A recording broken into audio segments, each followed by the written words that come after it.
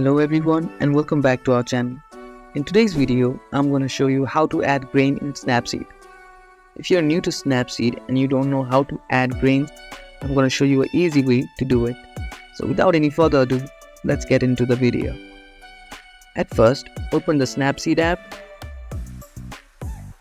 and now click on the plus icon to add the photo in which you want the grains. For now, I'll choose this photo. Here, click on Tools at the bottom menu, and in this section, click on Grainy Fill to add grains to your photo. Now it will suggest you different default presets like this.